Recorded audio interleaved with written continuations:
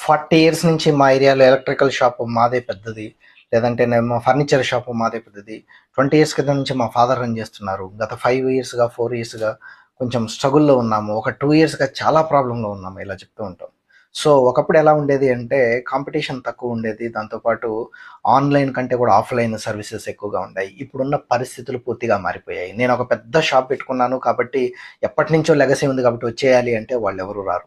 ఇలాంటి పరిస్థితుల్లో ఏం చేయాలి? మీరు ఖచ్చితంగా మీ బిజినెస్ యొక్క ఎగ్జిస్టెన్స్ ఆన్‌లైన్‌లో కూడా కనపడేలాగా చేయాలి. మీకు ఒక బిజినెస్ వాట్సాప్ ఉండాలి. గూగుల్ మై బిజినెస్‌లో మీ ప్రొఫైల్ క్రియేట్ చేసుకోండి. అదేవిధంగా జస్ట్ డయల్ లాంటి సర్వీస్ ఏవైతే ప్లాట్‌ఫార్మ్స్ ఉంటాయో వాటన్నింటిలో కూడా మీ బిజినెస్‌ని లిస్ట్ చేయండి. ప్రతి చోట కాంటాక్ట్ నంబర్‌ని పెట్టండి. ఇవన్నీ వచ్చింది అంటే మీరు సోషల్ మీడియా వీలైతే సోషల్ మీడియాని ఖచ్చితంగా లెవరేజ్ చేసుకోండి. వెబ్‌సైట్‌లున్నా లేకపోయినా, యాడ్స్‌కి వెళ్ళినా వెళ్ళకపోయినా ఆర్గానిక్‌గా మీరు చేయగలిగింది చేయండి. అవి